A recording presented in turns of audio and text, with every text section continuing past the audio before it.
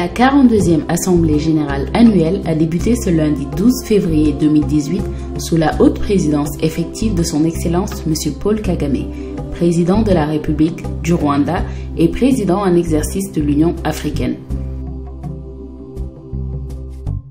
Après les allocutions d'ouverture du président de la SAR, du président de la FANAF et du ministre de l'économie, le président rwandais s'est aussi prêté à l'exercice, gratifiant l'Assemblée d'un discours d'ouverture, reflet d'un engagement pour le développement du secteur financier en Afrique. Ce qui est sûr, c'est que la solution, ce n'est pas de dire on va éviter le problème, parce que le problème, de toute façon, il sera là, il fera tomber tous ceux qui n'apportent pas des solutions. Il y a un proverbe chinois, notamment, qui dit face au vent, il y a ceux qui construisent des murs et il y a ceux qui construisent des moulins. On sait aujourd'hui que les murs ne tiendront pas face au changement qui arrive et que le grand enjeu pour l'assurance africaine, c'est, comme les moulins, pouvoir profiter du vent pour aller plus loin et mieux. Et cela suppose effectivement, plutôt que de voir demain de nouveaux entrants avec des plateformes numériques prendre le marché, devancer le mouvement et bâtir eux-mêmes les plateformes qui leur permettront déjà de capter et de fidéliser leurs clients et de pouvoir élargir l'offre qu'on leur fait. Services are the fastest growing segment of the global economy. Le secteur des services est celui qui croît le plus rapidement au niveau mondial. Il représente aujourd'hui 70% des résultats et emploie 60% de la population active, selon la Banque mondiale. Insurance services are an important part. Les assurances sont un élément important du secteur des services, mais l'assurance n'est pas uniquement là pour compenser contre mauvaise fortune. Than compensate for misfortune. The more advanced an economy, plus une économie est développée, plus large, diverse et performante doit être son marché des assurances. Its insurance market. Indeed, c'est donc légitime de dire que l'assurance est à la base de la prospérité et de l'innovation. And innovation. Et bonsoir à tous et encore une fois, bienvenue ici l'image de l'Afrique qui vous est présentée par Novella Nikwigizé. Aujourd'hui, on parle assurance. Alors, la question qu'on se pose aujourd'hui, est-ce que les assurances en Afrique sont un délit d'initié? Est-ce qu'il faudrait faire partie d'une certaine catégorie? On en parle ce soir avec 4 invités qui sont au devant de la scène du développement du secteur des assurances en Afrique. Nous avons Monsieur Adama Ndiaye, qui est le président de la Fédération des sociétés d'assurance de droit national africaine, la FANAF. Merci d'être avec nous. Merci beaucoup, madame. Nous sommes aussi avec Monsieur Richard Lowe, qui est le président de Globus. Merci, Novella, de votre invitation. Et nous sommes aussi avec Monsieur Gaudence Kanamugire, qui est le président de l'ASAR, qui est le comité des assurances ici au Rwanda. Merci. C'est un plaisir. Et nous sommes aussi avec Monsieur Rachid Akansou, qui est le directeur SAHAM en Afrique de l'Ouest et en Afrique de l'Est, pardon, et de l'océan Indien. Merci d'être avec nous. Merci beaucoup, madame, et ravi d'être parmi vous ce matin. Parfait. Alors, ce soir, on parle des assurances. Donc, on n'a pas nécessairement l'habitude d'en parler au niveau de toutes, ou du moins de couverture nationale. Alors, est-ce que l'assurance aujourd'hui a un potentiel de développement? Quel est le futur de l'assurance? Merci beaucoup, madame. Le futur de l'assurance me semble très ouvert. Très ouvert parce que nous sommes dans un monde qui est en train de muter, avec toutes les conséquences qui en découlent. Plus particulièrement, la population mondiale, mais aussi africaine, s'urbanise de plus en plus, avec dans certains pays plus de 50% de la population qui vit dans les villes. Cela induit de nouveaux comportements, notamment une aversion au risque. Or, notre industrie, c'est la couverture du risque. Et donc, nous avons un monde qui est particulièrement ouvert aujourd'hui dans le secteur des assurances. Alors, en Afrique, on dit que la consommation des services dans l'assurance est à peu près 1, quelque chose % au niveau du marché mondial. Pourtant, le Maroc et l'Afrique du Sud couvrent à peu près 90% de ces chiffres au niveau du continent. Quel est peut-être le secret du succès marocain?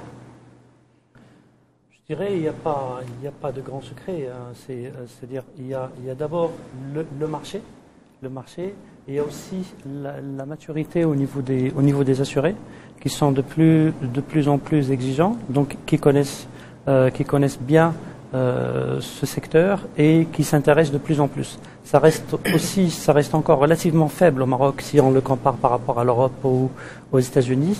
Mais il y a une vraie prise de conscience.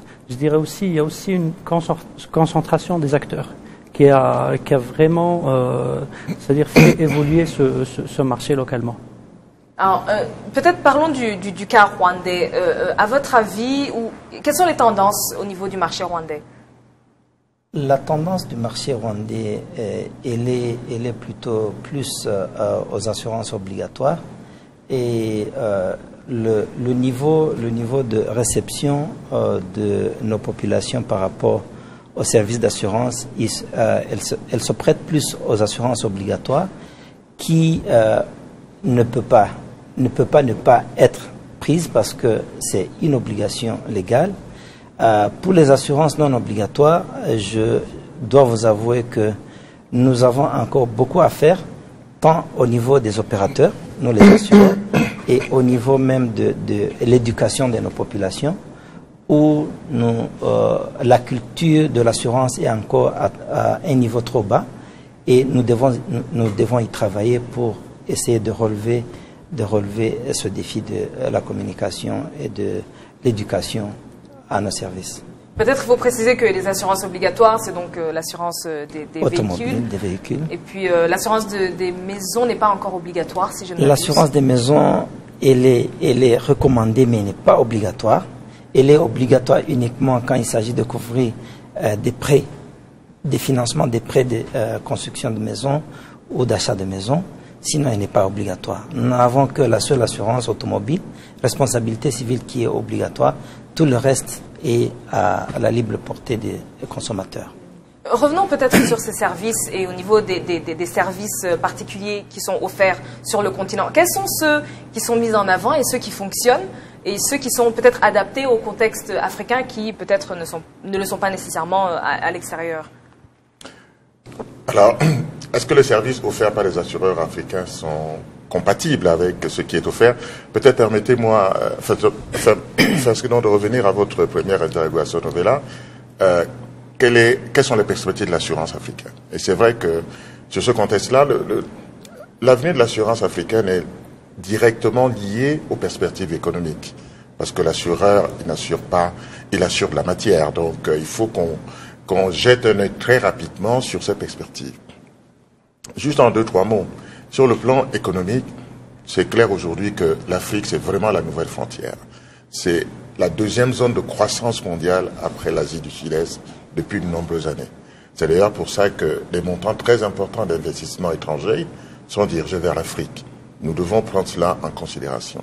Le deuxième facteur, c'est la démographie. L'Afrique aujourd'hui, c'est 1/5 de la population mondiale.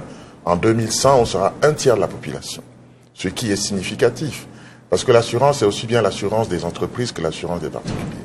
Mais, comme vous disiez tout à l'heure, le taux de pénétration de l'assurance sur le continent aujourd'hui, c'est 1%. Non, c'est 3%. Si on enlève l'Afrique du Sud, ça tombe à 1%. Certains peuvent dire que c'est marginal, mais nous qui sommes positifs, nous pensons au contraire que ce potentiel devrait nous amener à travailler plus. Et de notre point de vue, l'assurance du particulier va progresser plus rapidement que l'assurance des entreprises. Ne serait-ce que pour des raisons démographiques que j'indiquais. Comme Adama Dola le disait tout à l'heure, 60% de cette population sera urbanisée. Plus de 50% aura moins de 25 ans. Et nous devons prendre cela comme des atouts et nous, assureurs, essayer de comprendre quels sont les besoins de cette population jeune, de cette population urbaine et créer créer des produits adaptés à leurs besoins et trouver les circuits de distribution qui nous permettent de les atteindre. C'est des réflexions que nous avons eues pendant toute cette semaine, mais je puis vous dire que au niveau de l'assureur africain, tant que vous n'aurez pas cette réflexion d'essayer de savoir quelle est la nouvelle population africaine, quels sont les besoins réels en termes d'assurance et quels produits nous devons concevoir qui correspondent à ces besoins, nous ne pourrons pas répondre de manière efficace à cette demande. Particulièrement à leurs besoins. Alors, le président de la République a parlé justement de la zone de libre-échange continentale qui devrait être peut-être un facilitateur du développement du secteur des assurances. Qu'est-ce qu'il faudrait être fait pour prendre parti et prendre le meilleur avantage de cette opportunité? C'est une belle opportunité et j'ai beaucoup apprécié les idées novatrices qu'il a eu à développer donc dans son allocution lors de la cérémonie d'ouverture. C'est dire que dans certaines zones, parce que l'Afrique quand même c'est une Afrique qui est multiforme, et c'est un débat qui existe depuis la création de l'OU en 1963, où il fallait soit faire l'Union africaine globalement, soit évoluer par celle concentrique. Malheureusement, on est parti vers la deuxième option des celles concentriques. Aujourd'hui, il y a un opérateur, ou plutôt une expérience d'intégration qui s'appelle la CIMA, qui a l'avantage de fédérer 14 pays, mais 14 pays qui ont en commun la langue, le français, et qui ont aujourd'hui le même cadre juridique et réglementaire au niveau de la CIMA. Je pense que c'est des expériences qu'il faudrait peut-être soit multiplier à l'échelle continentale, si on veut continuer dans cette expérience de l'échelle concentrique, parce que dans cette zone, nous avons la CIMA, dans la zone Afrique de l'Est centrale et un peu vers l'Afrique du Nord, nous avons la COMESA, il y a également la zone du Maghreb et beaucoup d'autres zones, et il faudrait soit essayer de voir quelles sont les parties de cette Afrique qui est plurielle, qui ont beaucoup de choses en commun sur le plan historique, sur le plan culturel, sur le plan géophysique, pour que cela puisse se faire. L'autre, ce serait peut-être de faire une rupture à pas forcés et de créer un mécanisme qui permet d'avoir une vision africaine de l'assurance. Mais ce sera extrêmement difficile dans la mesure où l'assurance doit certes être à l'avant-garde de la réflexion, mais ça ne peut pas aller beaucoup plus vite que les mentalités. Or, nous avons encore, malheureusement, en Afrique, des barrières qui sont des barrières psychologiques, parce que implantées et de très longue date par la colonisation. Il faut d'abord casser ces barrières morales si on veut avoir une véritable intégration africaine qui précède peut-être l'intégration par l'assurance. Je sais qu'au niveau des autres secteurs économiques, c'est toujours la même chose. Il est extrêmement difficile aujourd'hui, dans le contexte de l'Afrique centrale, déjà de passer d'un pays à un autre sans visa. Oui. En Afrique de l'Ouest, ce problème est réglé entre 16 pays. Mais dans d'autres zones, ce n'est toujours pas le cas. Alors, est-ce que c'est réaliste ou c'est possible d'y aller directement?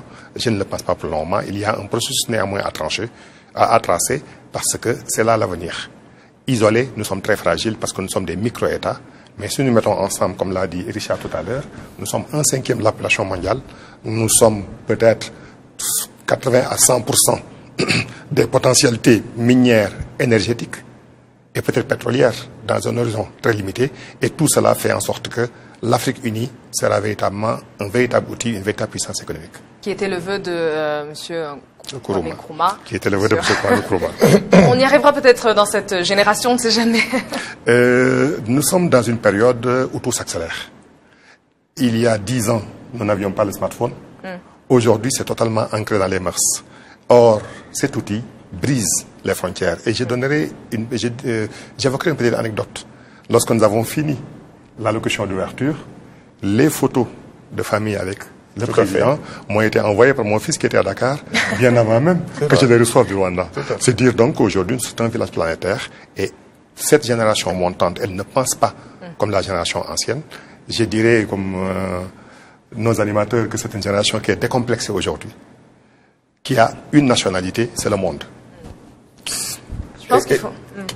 Si vous me permettez vraiment peut-être de rebondir sur ce que Adam a dit, qui est vraiment très important, nous ne pourrons rien faire si au niveau des décideurs politiques, il n'y a pas une volonté également d'élargir ces zones de libre-échange, de libre circulation. Parce que c'est seulement comme ça que nous pourrons effectivement vraiment essayer nous-mêmes de nous insérer dans ce circuit pour faire notre métier de la manière la plus globale possible. C'est vraiment important de savoir quel est le rôle des pouvoirs publics dans l'avenir de l'assurance africaine? On y reviendra peut-être plus loin. Et c'est très bien de l'évoquer dans ce pays parce que c'est vrai que le Rwanda, c'est pas parce qu'on y est, vraiment est en avant sur ce thème. C'est très agréable pour tout Africain aujourd'hui ayant un passeport de pouvoir venir au Rwanda sans aucun visa. Il y a peu de pays qui l'ont mis en place et vraiment c'est des éléments sur lesquels il faut vraiment s'appuyer. Et c'était justement sur ça que je voulais rebondir. Vous parlez d'opportunités et surtout d'ouverture. Monsieur Kanamugire, quels sont peut-être... comment est-ce que dans un pays où on a justement peut-être une proactivité au niveau des cadres réglementaires, est-ce qu'il y a davantage d'opportunités ou est-ce qu'il y a toujours cette barrière au niveau individuel de gens qui ne vont pas prendre possession peut-être de ces chances qui sont mises à leur disposition? Je dirais que les horizons sont largement ouverts. Il y a beaucoup d'opportunités. Il appartient aux opérateurs de les saisir et d'innover par rapport aux besoins de la population. Et je dois vous avouer que les assureurs sont mobilisés. On est mobilisés à être proactif, à innover pour rencontrer le besoin de la population, le besoin des consommateurs qui se sentent de plus en plus pressants. Je dois encore souligner que nous avons l'avantage par rapport, je dirais, aux autres pays africains, là où nous avons un pouvoir public qui facilite, qui donne le cadre. Je vais donner l'exemple de l'assurance maladie, l'assurance mutuelle, là où le Rwanda est un modèle qui est déjà prouvé par rapport même aux pays occidentaux, où si on considère l'assurance sociale, l'assurance mutuelle, le Rwanda est très avancé par rapport aux autres pays. Et je sais qu'il y a encore des défis, mais et la conception, l'idée de l'assurance maladie, avec l'implication du pouvoir public dans la mobilisation de la population à la réceptivité de ces produits, ça fait que ça nous donne un espoir que tout est possible à briser les différentes barrières pour amener le secteur des assurances à un autre niveau. Donc nous disons que nous avons des challenges, beaucoup de challenges au niveau de notre marché, mais notre cadre est ouvert, il est vraiment favorable à nous les assureurs à pouvoir nous améliorer et rencontrer le besoin de nos populations, et nous verrons le taux de pénétration et la réceptivité par rapport à l'assurance augmenter du jour au lendemain. Et vous avez parlé aussi d'une question de mentalité, d'une question de réception, parce qu'après tout, tout secteur se développe par la demande, mais aussi par l'offre, mais surtout par la demande. J'aimerais peut-être revenir sur cette question avec vous, Monsieur Rachid. Donc, le Maroc, bien sûr, a une jeunesse non seulement nombreuse, mais active, bon, comme tout le développement, comme tout le continent, mais particulièrement active. Et on doit mettre en avant aussi peut-être le rayonnement, qui est beaucoup plus important à certaines tendances occidentales ou d'autres pays. Est-ce que, selon vous, quel est l'impact de ce qui se passe à l'extérieur du continent? Quel est l'impact est-ce que ça peut avoir sur notre demande au niveau des jeunes, mais au niveau des moins jeunes aussi? Moi, je suis convaincu qu'il faut qu'on travaille sur l'ensemble de l'écosystème. Je pense nous, en tant qu'acteurs marché, en tant qu'opérateurs aussi individuels, nous avons aussi la responsabilité d'offrir des choses en adéquation avec les besoins. C'est-à-dire le taux de pénétration, il ne va pas, M. Goudin s'en parlait tout à l'heure, c'est en citant l'exemple de l'automobile obligatoire, mais nous ne pouvons pas rester là et attendre que les gouvernements vont imposer l'accident de travail, la TRC, la santé ou autre. Je pense que nous devons aller un peu plus en travaillant sur les tendances, les vrais besoins. C'est-à-dire, aujourd'hui, les assurés, généralement, dans nos pays, ils assimilent un peu l'assurance obligatoire à de l'impôt ou à de la taxe. Donc je dirais, je m'excuse le terme, mais plutôt un mal nécessaire parce que je suis obligé, si je m'arrête avec la voiture, donc ils vont me prendre la voiture. Je pense ça c'est important, bien sûr, mais ça ne doit pas se limiter à ça. C'est-à-dire la prise de conscience ne viendra pas, je dirais, uniquement par des slogans, juste par de jolies promesses, mais surtout en travaillant de plus en plus sur l'expérience client. L'expérience client, c'est quoi? C'est-à-dire que si je prends par exemple la santé, vous avez différentes manières d'avoir l'expérience client. Donc, je pouvais avoir une assurance santé. Le jour où vous avez besoin de soins, vous avez besoin, je dis n'importe quoi, de 5 jours, de 6 jours pour avoir une prise en charge. Vous pouvez avoir une deuxième expérience client, ce qui, au bout d'1 heure, vous allez avoir une prise en charge. Ça fait la différence. Et c'est ça ce qu'il faut qu'on travaille, nous, en tant qu'opérateurs, pour vraiment changer nos marchés. Je suis vraiment convaincu que les changements, les taux de pénétration, ils viendront jamais par des obligations des gouvernements et des régulateurs. Donc, pour moi, il faut qu'on travaille sur l'ensemble de l'écosystème. Bien sûr, il y a les États, il y a le régulateur qui a un rôle très, très important. Il y a aussi les fédérations locales, donc qui doivent, fédérer, qui doivent aller vers les tendances. On l'a vu, ça fait pas très longtemps, je pense, ça fait quelques semaines, où ici, localement, au niveau du Rwanda, ça fait plusieurs années que l'ensemble des acteurs perdaient de l'argent. Parce qu'il y avait quoi? C'était uniquement une guerre où, sur les prix, où, c'est-à-dire, chaque assureur, il allait dire... propose le meilleur prix. Voilà, ils vous ont proposé 20 000 francs, moi je vous propose 18 000. Et résultat des courses, c'est que ça fait au moins 5 ou 6 ans que nous, en tant qu'opérateurs, acteurs rwandais, on perd de l'argent. Et bien sûr, ça a remonté au niveau de la BNR, qui a exigé certaines recapitalisations. Et après, il y a eu une prise de conscience, et le régulateur a fait un travail extraordinaire, donc en augmentant le tarif de l'automobile progressivement. Mais je suis plus que convaincu que c'est pas comme ça que nous allons évoluer. Nous allons évoluer en travaillant sur les parcours des clients et aussi en donnant aux clients, aux assurés, des choses qui les intéressent. Pas des modèles importés d'Europe ou des États-Unis, mais des modèles qui sont en parfaite adéquation avec nos besoins. Exactement. Et avec le contexte que l'on vit. Vous évoquez un exemple qui est très important et qui a d'ailleurs, je pense, ces derniers jours ou ces dernières semaines, mis les assurances rwandaises sur le devant de la scène, ce qui est assez inhabituel. Selon vous, est-ce que ça a amené un changement sur ce qu'est l'assurance? Parce que cette question de déficit pendant peut-être 5 ou 6 ans était absolument inconnue du public. Est-ce que selon vous, ça change l'image de l'assurance positivement ou négativement?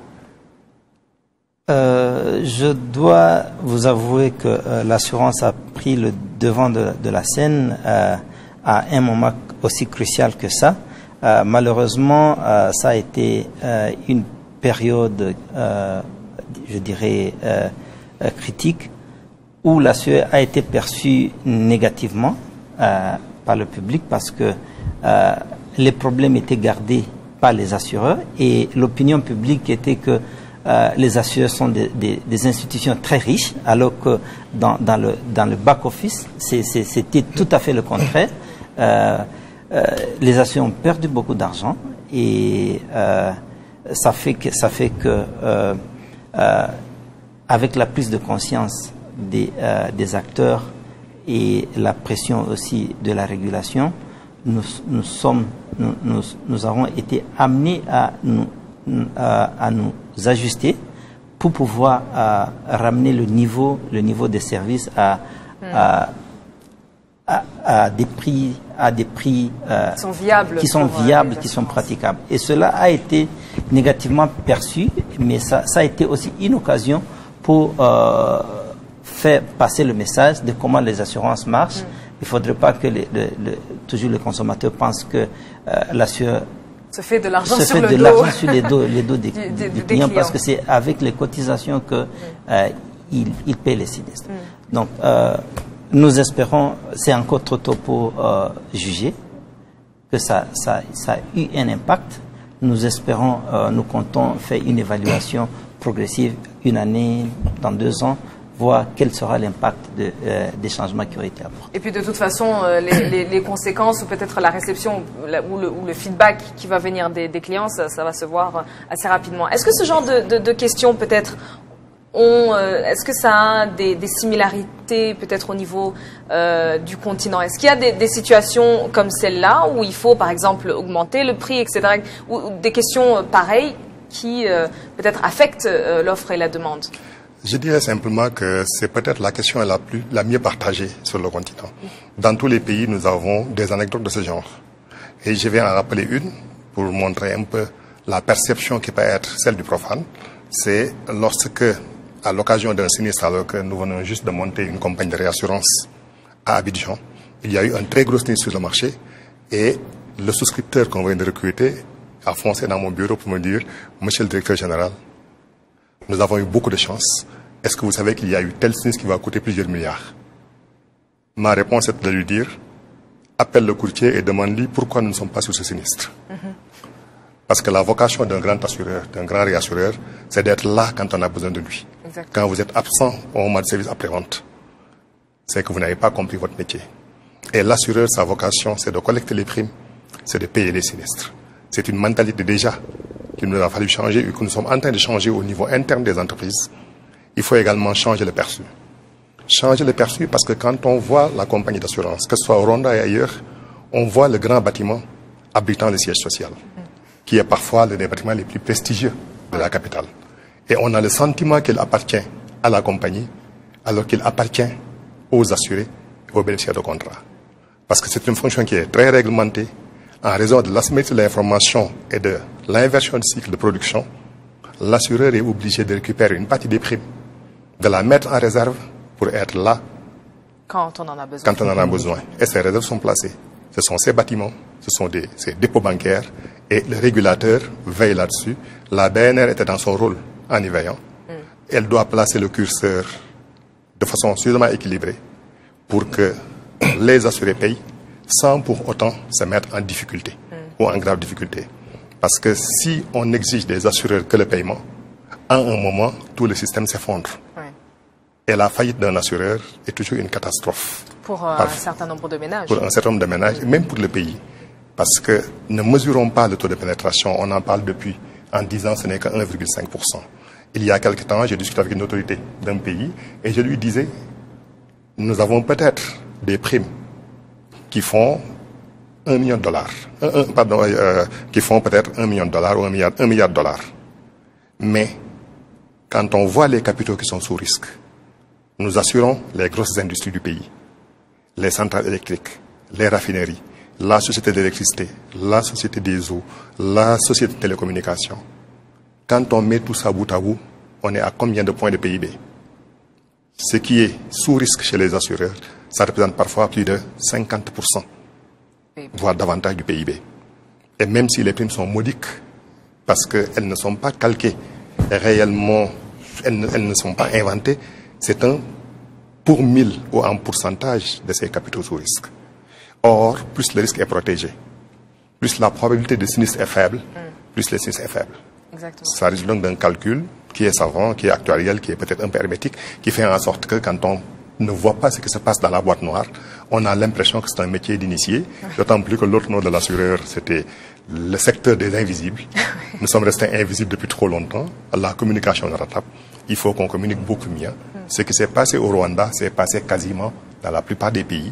Et l'exemple qui me vient à l'esprit, c'est l'exemple du Bénin, qui est un pays qui pendant longtemps a évolué dans un écosystème caractérisé par un monopole de fait. Car après plus de 20 ans, ce monopole a été cassé et qu'il y a eu agrément de 3 sociétés en 3 mois, plus un 4e point qui s'est ajouté, ils ont pensé que la concurrence devait se faire en tirant les prix vers le bas, alors que les prix résultent d'un dosage équilibré entre les sinistres et les frais de gestion et d'acquisition. 1 an après, toutes les sociétés se sont retrouvées quasiment en faillite. Le régulateur est intervenu, des ajustements tarifaires sont intervenus, et aujourd'hui, c'est peut-être l'un des pays qui compte le moins d'acteurs fragiles.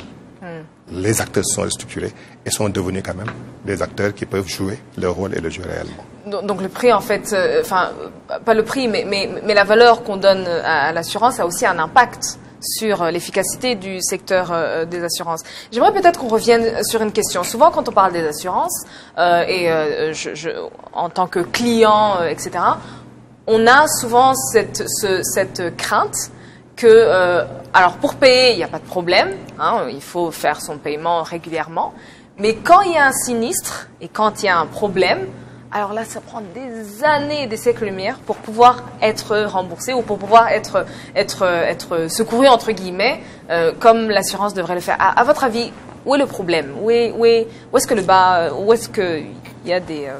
Alors, où est-ce que le bas blesse, Novella? Non, et vous avez raison, et vous évoquez là le problème de l'image de l'assurance. Et c'est vraiment bien de l'évoquer dans cette émission qui s'intitule L'image de l'Afrique. C'est vraiment important. Et comme Rachid et Gaudens le disaient tout à l'heure, le moins qu'on puisse dire, l'image de l'assureur africain auprès des populations n'est pas positive. C'est à nous de travailler pour cela. Il y a plusieurs raisons à cela. Une des raisons, c'est d'abord le manque d'éducation. On connaît peu la matière d'assurance. On parlait de l'élite d'initiés. C'est vrai que c'est à nous d'y travailler. La FANAF fait déjà pas mal de travail dans ce sens en termes d'éducation. On a conçu des petits fascicules avec des petits dessins pour essayer de vulgariser l'éducation. C'est pour ça que nous vous félicitons vraiment pour que, à l'intérieur des émissions à forte écoute comme celle-ci, on puisse parler de l'assurance. C'est vraiment important.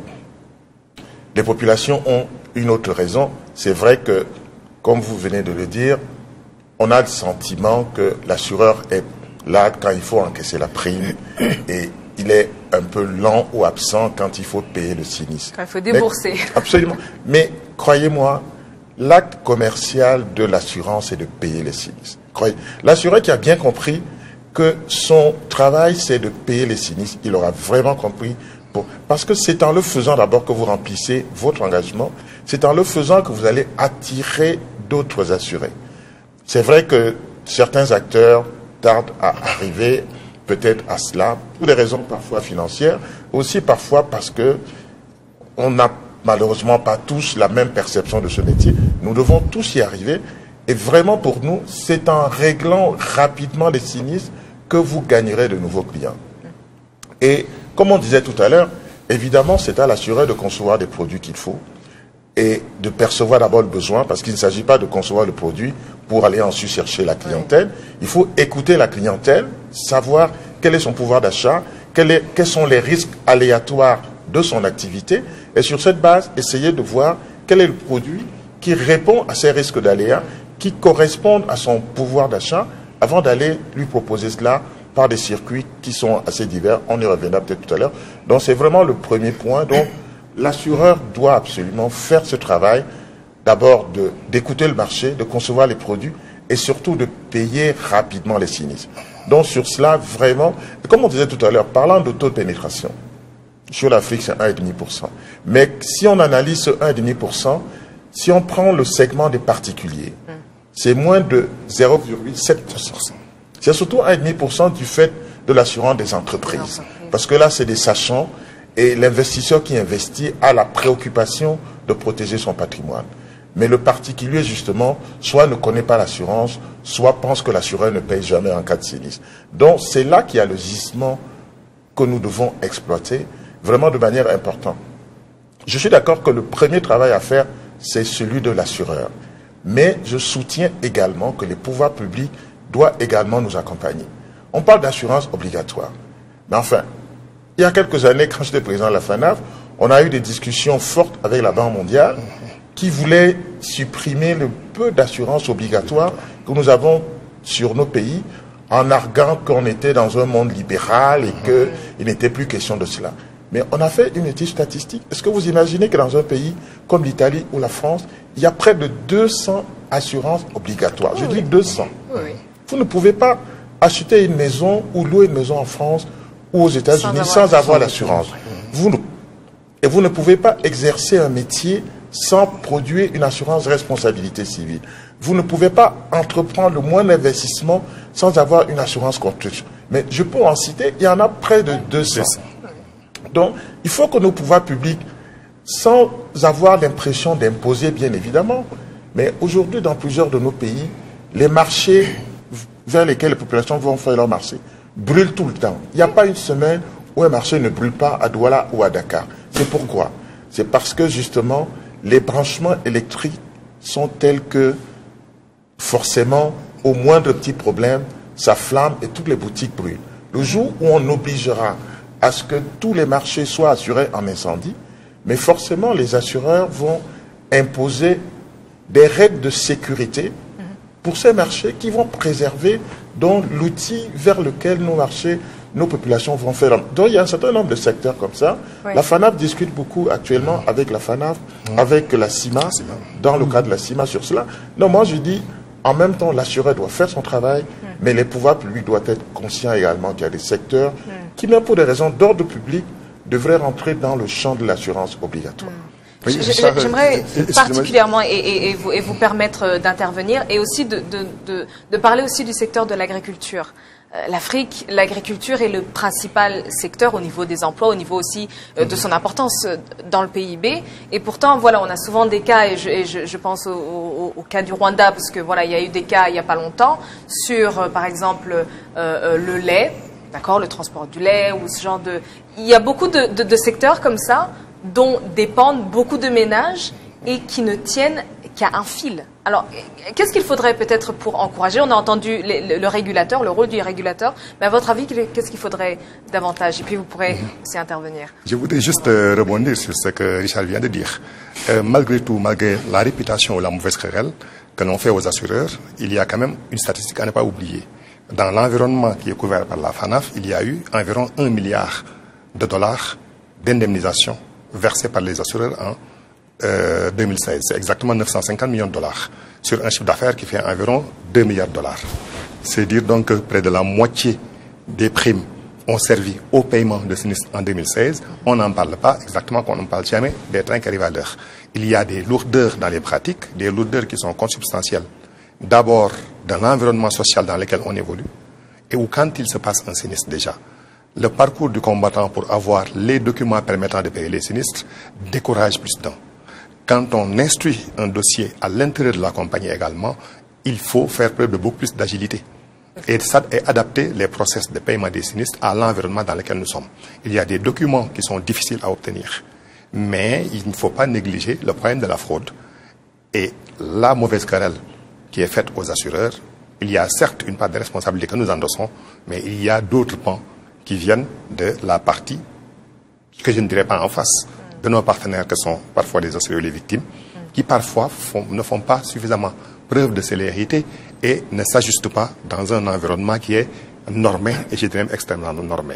Pour rebondir maintenant sur la faiblesse du taux de pénétration dans certains secteurs, le secteur agricole est un secteur déstructuré par essence dans nos zones. Il faut d'abord que l'on puisse inventer les mécanismes pour toucher ces agriculteurs. Quand on prend l'agriculture traditionnelle, familiale, de type africain, qui est une agriculture de subsistance, avec des niveaux de concentration de capitaux qui sont extrêmement faibles, avec un secteur qui n'est pas encore organisé, ou même l'agriculteur aura du mal à vous dire quelle est la valeur qu'il entend assurer, où la pluviométrie est incertaine, mais même si on veut la mesurer, il n'y avait pas toujours tous ces outils-là pour y aller.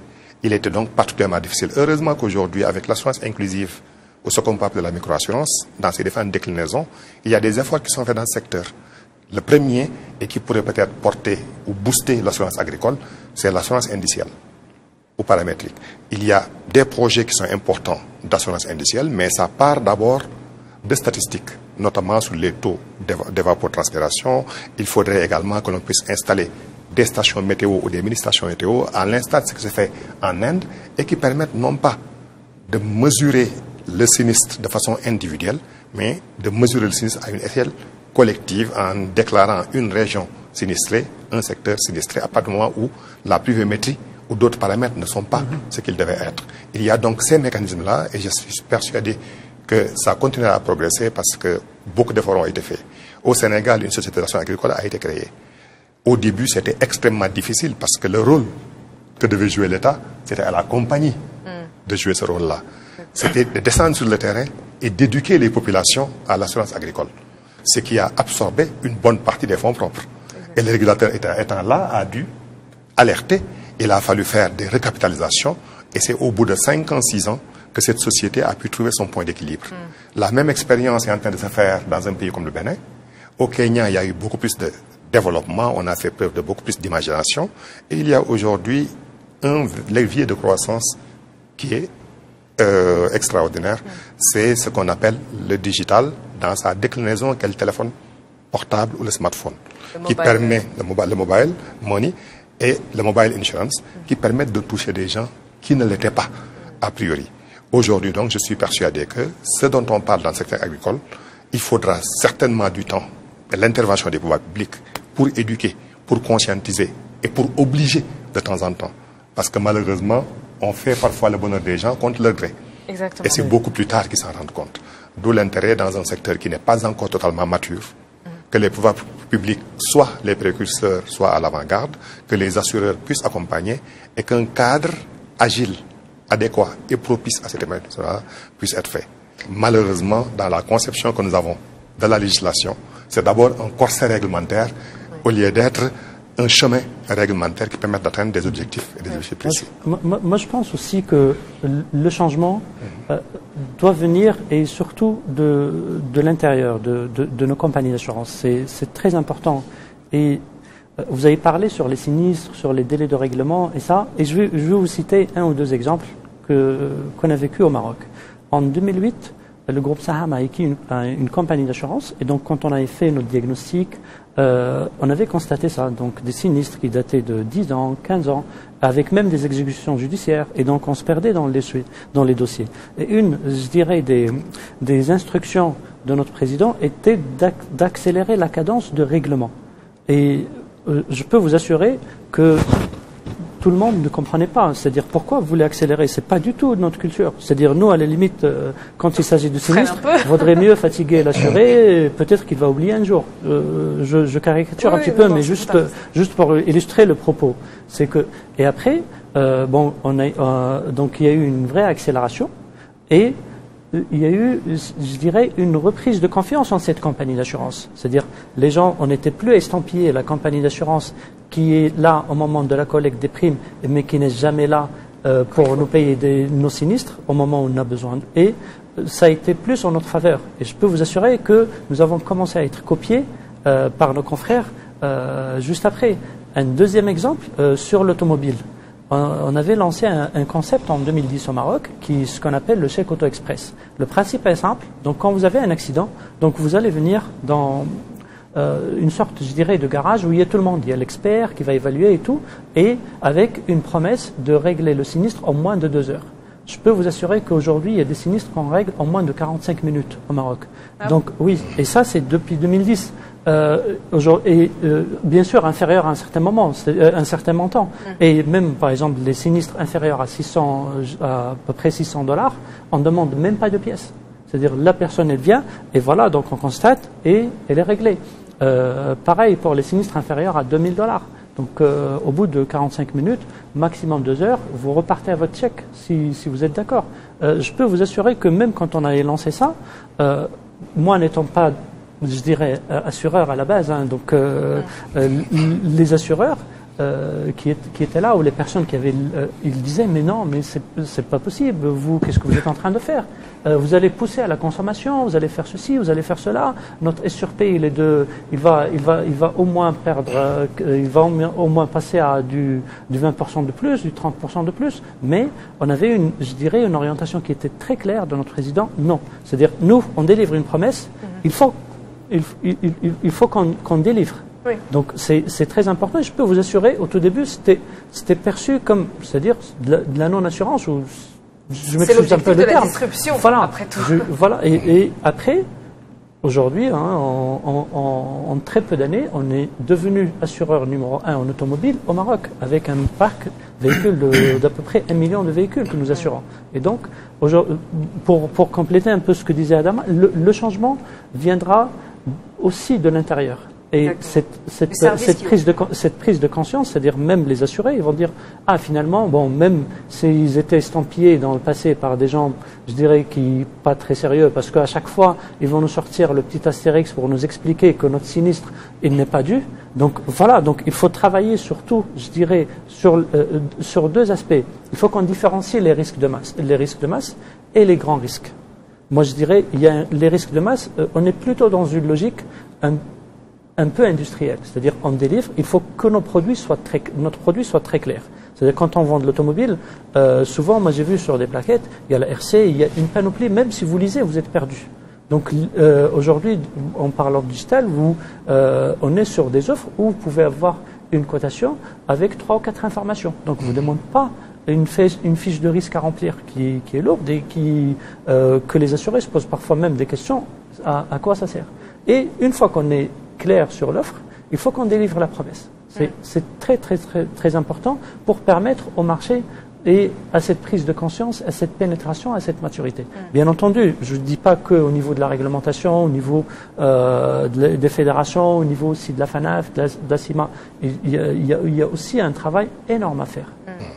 Donc, de coordination, mais il faut aussi que de changement aussi de paradigme. C'est-à-dire, il faut aujourd'hui, on parle de plus en plus sur le parcours client. Donc, l'exemple que vous avez cité, c'est-à-dire un assuré, il regarde quoi?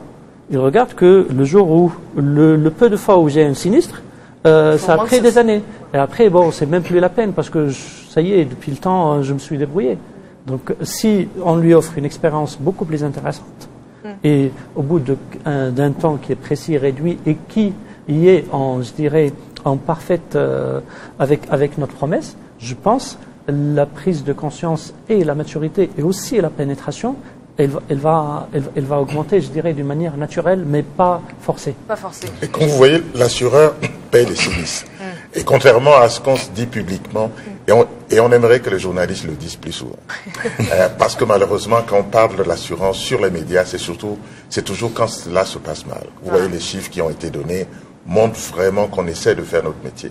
Les améliorations sont souhaitables et elles seront faites. Pour revenir sur ce que vous disiez sur l'assurance donc agricole, mais il faut absolument que ce champ qui est vierge aujourd'hui dans la plupart de nos marchés, on puisse vraiment y arriver. Ça, le président a parlé tout à l'heure de quelques expériences qu'il y a déjà sur un certain nombre de pays, y compris au Maroc. Mais je peux vous dire que, il faut absolument, d'abord pour 2 raisons. D'abord parce que le secteur agricole est un secteur qui représentera toujours un secteur important, parfois le premier dans la plupart de nos pays. Deuxièmement, l'agriculteur d'aujourd'hui et de demain n'est plus l'agriculteur d'hier. C'est de jeunes générations, souvent citadines, qui décident, avant ou après leur retraite, de rentrer à la campagne, développer une parcelle. Donc des gens qui sont pénétrés de l'importance de l'assurance. C'est à nous de trouver et les produits et les moyens pour le faire, accompagnés par le régulateur. D'abord parce que l'assurance agricole, effectivement, il faut pouvoir déterminer les critères, déterminer la nature de l'aléa.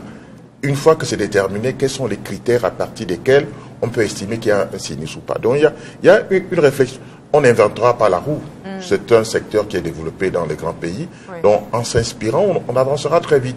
Mais des progrès sont faits. Je peux vous dire qu'aujourd'hui, non seulement le régulateur dans la zone CIMA a fait déjà un règlement sur l'assurance agricole en définissant l'assurance indicielle intégrée dans le code des assurances avec un certain nombre d'éléments à prendre en compte, mais également, comme on le disait, quels que soient les progrès de la micro-assurance, vous n'irez pas dans une campagne toucher agriculteur par agriculteur. Il faut toucher des agrégateurs, amener ces agriculteurs industriels à se mettre ensemble en termes de coopérative pour pouvoir justement apparaître comme un interlocuteur plus solide vis-à-vis de l'assureur. Que des individus. Voilà. Et pour finir... Et pour le suivi aussi. Et pour le suivi. Et pour finir sur ce problème, aujourd'hui, même dans un pays comme la France, l'assurance agricole est subventionnée. Il faut qu'on le sache. On pense qu'il n'y a que le secteur à le faire. On sait aujourd'hui que le niveau de prime de l'assurance est incompatible avec le pouvoir d'achat de l'agriculteur. Donc il faut quelqu'un pour amortir cette charge. Et même en France, ça continue aujourd'hui. Mais la Banque mondiale est consciente de cela. On sait que nos pays ont d'autres priorités budgétaires et on le comprend. Mais la Banque mondiale est tout à fait, vraiment très active dans ce domaine. Elle a commencé à subventionner dans un certain nombre de pays des expériences d'assurance agricole. Et il faut que sur nos différents pays, que les pouvoirs publics, justement, nous accompagnent, parce qu'on parlait de stations de météo. Malheureusement, si on construit des stations de météo dans nos pays, il y en a bien peu dont les données sont fiables. Oui, surtout les données. donc, il faut absolument trouver un investissement satellitaire et tout cela pour pouvoir mesurer dans telle zone que le niveau de pluviométrie est atteint tel niveau suite à telle période de pluie pour que le déclenchement du sinistre soit fait. Donc, mais il y a des avancées. Il y a des avancées. Et même les réassureurs sont prêts à nous accompagner un peu dans ce domaine-là, malgré le manque de recul statistique. Parce que l'assurance, c'est aussi le recul statistique. C'est le recul statistique qui permet de bien tarifer un risque. Et là, malheureusement, on n'a pas de données publiques suffisamment longues dans nos États pour pouvoir dire à un réassureur que la culture du maïs, voilà ce qui s'est passé, ou bien l'élevage porcine, et c'est juste. Mais, les années précédentes. Voilà. Donc mais, nous avançons ce dans sont des domaine. choses qui permettent peut-être d'espérer mieux. Donc on s'approche vers la conclusion peut-être de cette discussion. Mais j'aimerais qu'on parle d'une question dont vous avez très justement touché, le mobile insurance. Les assurances qui peut-être utilisent ou utilisent avec pour leur avantage, les nouvelles technologies, et notamment les technologies mobiles. Peut-être que vous pourrez nous aider, mais j'aimerais aussi que vous puissiez peut-être nous donner davantage d'informations. On parle peut-être d'améliorer le service. Ici au Rwanda, c'est une règle. On a parlé du Smart Master Plan, etc., etc. Est-ce que on a peut-être des perspectives à utiliser la technologie, les nouvelles technologies, et notamment les technologies mobiles, pour développer le secteur au Rwanda? Voilà. Je dirais que la téléphonie est devenue le canal incontournable pour le développement de tout secteur qui se veut atteindre la masse. Sans la technologie, on ne peut pas prétendre atteindre le plus grand nombre possible de consommateurs. Cela s'est démontré avec le mobile money. Là où le banquier ne pouvait pas implanter une agence, il y a déjà des agents qui sont sur le terrain. Et nous voyons ce développement technologique, l'apport de la téléphonie qui apporte des changements dans la vie de tous les jours des citoyens. Alors, l'assurance ne peut pas rester en marge. Nous ne voyons que l'assureur de demain, c'est celui qui pourra intégrer ces nouveaux canaux de distribution. Et cela ne sera que possible par la simplification des produits d'assurance. Parce que les produits classiques que nous avons, c'est des produits où vous avez 10 conditions, 50 exclusions, 10 pages, il faut lire et remplir. C'est impossible que ce modèle de produit puisse aller avec la téléphonie. Donc, nous les assureurs, nous devons réfléchir, innover et simplifier nos produits de façon qu'ils soient compatibles avec la téléphonie. Là, on peut acheter un produit en faisant 4 ou 5 clics. Et de même pour réclamer une prestation, vous faites payer par exemple le sinistre ou l'accident par le même canal. Oui. Ça changera pratiquement la perception, ça donnera une nouvelle image de l'assurance. La perception négative qui était sur les assureurs, nous avons l'espoir qu'avec le développement de la technologie, l'apport de la téléphonie mobile, l'Internet, nous espérons que cette image négative pourra être transformée en positivement. Et que l'assurance sera plus proche peut-être de ses en clients. plus accessible. Et plus accessible. Plus accessible à tout le monde. Et ça contribuera à augmenter le niveau de consommation de l'assurance. Même au niveau aussi des prix. Mais juste avant de parler de quelques exemples, je vais citer le Kenya. Le Kenya, comme vous le savez, on a un taux de bancarisation de à peu près 8%. Donc c'est un des taux de bancarisation les plus faibles, en tout cas dans la région.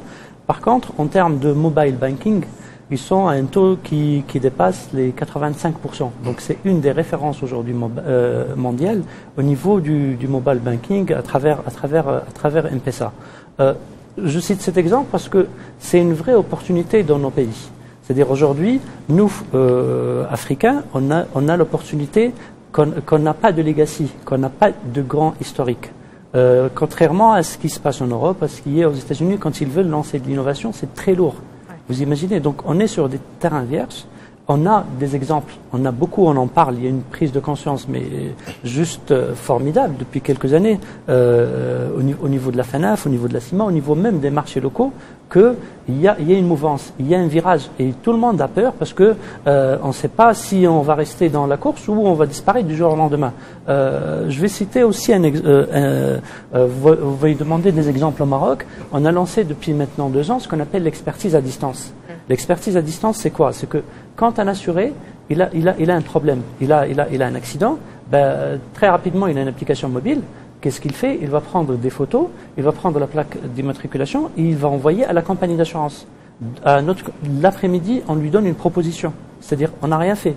Et ça, c'est très intéressant pour tout le monde parce que si vous regardez dans l'écosystème, si vous regardez la manière, je dirais, un peu classique de traiter ce genre de situation, quand un assuré a un accident, il va faire un constat à l'amiable, donc il y a l'assistance qui va venir, d'accord? Ensuite, il va aller dans un garage, il y a un expert, il y a tout un tas de choses. Et tout ça, c'est des frais. Après, il doit se déplacer à la compagnie ou à l'agent le plus proche pour déposer son dossier. Donc tout ça, c'est des frais, d'accord? Après, il y a des calculs, je dirais, actuariels, il y a des calculs qui prennent ça en considération. Et l'idée, c'est de proposer des choses qui intéressent tout le monde. Et du coup, il n'y a plus de barrières. C'est-à-dire qu'on élimine énormément de choses coûteuses au niveau de, si vous voulez, de la chaîne de valeur. Oui. Donc aujourd'hui, c'est plus qu'une réalité. Aujourd'hui, c'est une nécessité. Oui. Donc on n'a pas le choix. C'est-à-dire soit on prend les virages et on est dans les acteurs de demain, soit on ne prend pas le virage et on n'est pas à l'abri que demain, des assurances type santé ou automobile un peu commodities qui soient publiques dans le site de Google et que vous allez payer par Internet et que vous allez avoir votre attestation de téléphone et d'automobile, pardon. Et s'il y a un problème, vous allez envoyer les photos et on va vous indemniser. Et c'est une réalité. À Dubaï aujourd'hui, sur les sinistres santé, tout se passe sur Internet. Tout se passe sur Internet. Vous déclarez rien physiquement. Vous allez le soir, on rentre à la maison ou au bureau, après avoir consulté le médecin, vous allez remplir certaines formalités et au bout de 48 heures, vous avez votre virement. C'est ça l'assurance de demain. Oui. C'est dire que ça s'inscrit en phase avec le thème de cette 42e Assemblée Générale qui était donc l'assurance africaine à l'épreuve des destructions. Nous aurions pu le libeller à l'époque des destructions. C'est-à-dire c'est s'adapter ou disparaître. Oui. En fait. On n'a pas dit c'est l'époque, mais on a dit c'est à l'épreuve. À l'épreuve, on est confronté à toutes ces descriptions. D'abord, d'un point de vue psychologique, il faut qu'on s'adapte aux évolutions des mentalités. Auparavant, on était dans un temps où on évoluait beaucoup plus lentement et on avait le temps d'étudier un dossier et de payer un sinistre. Aujourd'hui, l'instrument de mesure, c'est l'instant. Quand on reçoit une déclaration, on doit pouvoir réagir à l'instant. Réagir à l'instant, il y a des sociétés qui, justement, dans le cadre de l'assurance agricole, et le code CIMA le prévoit, le délai de paiement des sinistres, il est passé à 8 jours. Il n'est plus de 30 jours, il est passé à 8 jours. Et même ces 8 jours sont très importants. Parce que quand quelqu'un vous déclare un sinistre, vous ne pouvez pas lui dire déclarez aujourd'hui, retournez dans votre village et revenez dans 8 jours. Et revenez dans 8 jours. Ou bien quand on a une voiture qui a besoin d'être remplacée, réparée, etc. Parce que sur le plan, par exemple, toujours du comportement ou de la psychologie des individus, nous avons aujourd'hui un besoin, non pas d'indemnisation, mais un besoin de service. Quand votre voiture tombe en panne, vous ne pouvez pas attendre qu'on vous la répare. Vous avez besoin d'un véhicule de remplacement pour continuer. Et vous n'avez pas besoin d'aller chez un garagiste, vous avez besoin que quelqu'un s'en occupe. Et il y a donc toute une chaîne de métiers nouveaux qui naissent, toute une chaîne de valeurs. Et il faudrait que nous, les assureurs également, on s'adapte. Malheureusement, l'assureur qui est un homme de terrain va toujours beaucoup plus vite que le régulateur. Aujourd'hui, on est dans le domaine de la mobile money. Dans un pays comme le Rwanda, il y a de gros efforts qui ont été faits parce qu'il y a des structures de régulation du secteur bancaire et du secteur des assurances qui sont les mêmes, mais qui s'approchent du secteur des télécommunications. Mais quand vous êtes dans l'environnement CIMA, vous avez un régulateur des assurances unique qui a en face 2 régulateurs bancaires, Afrique centrale, et qui a en face 14 autorités de régulation des télécommunications. Quand il faut légiférer ou quand il faut intégrer, c'est des réunions à n'en plus finir. Et je me souviens d'une des réunions au cours de laquelle c'était à Abidjan, quand nous avons posé la mobile money avec possibilité de payer avec les crédits téléphoniques, Les banques centrales nous ont dit, nous avons le monopole de la circulation fiduciaire et le crédit téléphonique, ce n'est pas de la monnaie. Mais, et sur ce que, si vous permettez... C'était la fin de la discussion, Tout oui. à fait. Oui, Novella. Mais vraiment, sur ce point qu'il évoque, vraiment, l'assureur africain n'a pas de complexe à avoir. Vraiment, il n'est pas déconnecté. Il n'est pas en retard. Moi, j'ai eu l'occasion, j'étais en France la semaine dernière, où j'étais invité pour faire donc une intervention sur les perspectives de l'assurance africaine dans le cadre d'un congrès. Mais vraiment, on est arrivés tous ensemble sur un certain nombre d'évidences. C'est que individuellement et même collectivement, l'assureur africain n'a pas de complexe à avoir. Simplement, on travaille dans un environnement. D'abord, il y a un certain nombre de défis, dont certains ne dépendent pas de nous. La stabilité sociopolitique, malheureusement, qui est là et qui ne dépend pas de nous. Les grandes pandémies qui peuvent survenir, qui ne dépendent pas de nous. Mais un des défis majeurs, on en est arrivé à cette conclusion, c'est l'environnement réglementaire. Comme Madame a le dit, l'assureur africain avance plus vite que le régulateur. Il est normal que le régulateur existe, qu'il fasse son travail. L'assureur, à travers le métier de collecte de primes, collecte l'épargne publique. Donc il est normal que le régulateur encadre ce secteur. Mais, comme dans plusieurs pays en Europe, quelquefois, les régulateurs laissent le marché expérimenter un certain nombre de pistes, observent quelques années, et c'est après qu'ils sortent un règlement pour encadrer et éviter justement certains dérapages.